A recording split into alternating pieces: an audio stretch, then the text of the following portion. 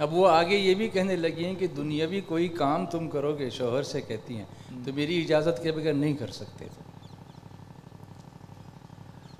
दुनियावी कोई काम का मतलब कहीं जाना हो, कुछ काम मतलब बिजनेस करना हो, ऐसे कोई काम करना एक हद तक यह बात सही हो सकती है, अच्छा मगर मुतलकन इसको सही नहीं करार दिया जा सकता। अच्छा, वो कैसे? शरीयत का ये मसला है कि शौहर अगर परदेश जाना चाहता है तो जाए, मगर 4 महीने के अंदर अंदर घर आए, बीवी से मुलाकात करे। और अगर 4 महीने से ज़्यादा रहना है तो बीवी से इजाज़त ले, अगर परमिशन मिल जाए तो जाए, और परमिशन न मिले तो 4 महीने के अंदर वापस आए। अल्लाह अकबर।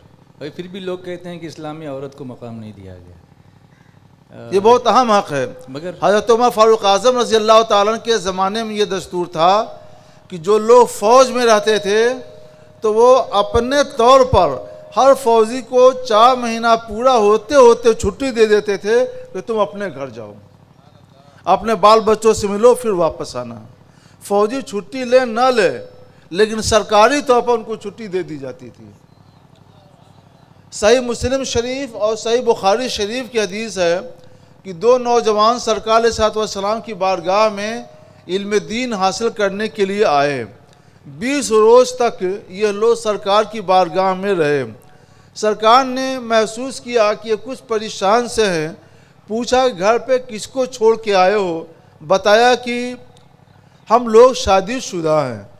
तो सरकार अलैहिस्सलाम ने फरमाया तुम लोग अपने घर जाओ, रास्ते में जब नमाज का वक्त आए तो तुम में से कोई एक अजान दे देगा और तुम में जो बड़ा है वो इमामत करेगा। तो शरीयत ने, इस्लाम ने औरत का इस हद तक लिहाज किया है। सिर्फ 20 रोज़ तक सरकार अलैहिस्सलाम की बारगाह में थे। यह हदीस बुखारी और मुस्लिम शरीफ की है। सरकार ने इजाज़त दे दी तो पहले तुम लोग वहाँ जाओ। और 4 महीने से ज़्यादा तो बगैर वज़ीर दाखिला के परमिशन के नहीं रह सकता कोई। वज़ीर दाखिला, होम मिनिस्टर, वो परमिशन ज़रूरी है उसके लिए। माशाअल्लाह। तो ये तो इस्लामी सिस्टम हो तब ये राइज हो सकता है।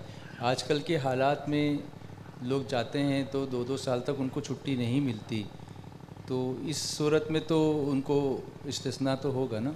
इतना लंबा सफ़र करना ही नहीं चाहिए। अपने मुल्क में रहें। अपने मुल्क में अल्लाह ने रोज़ी के बहुत ज़रिए फैला रखे हैं। हलाल रोज़ी पर इक्तफ़ा करे। ठीक है कम मिले, लेकिन रिस्क अगर हलाल है तो अल्लाह उसमें इतनी बरकत देगा कि उसको अंदाज़ा नहीं होगा, उसका हर काम होता चला जाएगा। क्या ज़रूरत है सऊदीया जाने की, कतर जाने की, दुबई और अबू धाबी जाने की? क्या सारे लोग वहीं जाते हैं? थोड़े लोग जाते हैं और बाकी अक्सरियत हर कौम की तो अपने मुल्क में रहती है, खाती है, कमाती है, सब इज्जती ज़िंदगी गुजारते हैं। अगर कोई जानता है कि बाहर जाएगा तो 2 साल बाद आएगा, 3 साल बाद आएगा, 1.5 साल बाद आएगा, तो परमिशन ले के जाए। अगर बीवी परमिशन देती है, इजाज़त देती है तो जाए, और नहीं इजाज़त देती है तो ना जाए। बल्कि अब तो हम ये समझते हैं कि बीवी इजाज़त भी दे तो भी जल्द से जल्द वापस आना चाहिए, ताकि मुआशरा का तक़द्दुस और उसकी पाकीज़गी बरकरार रहे। सुभान अल्लाह। गुनाहों से बचने के लिए सुभान अल्लाह।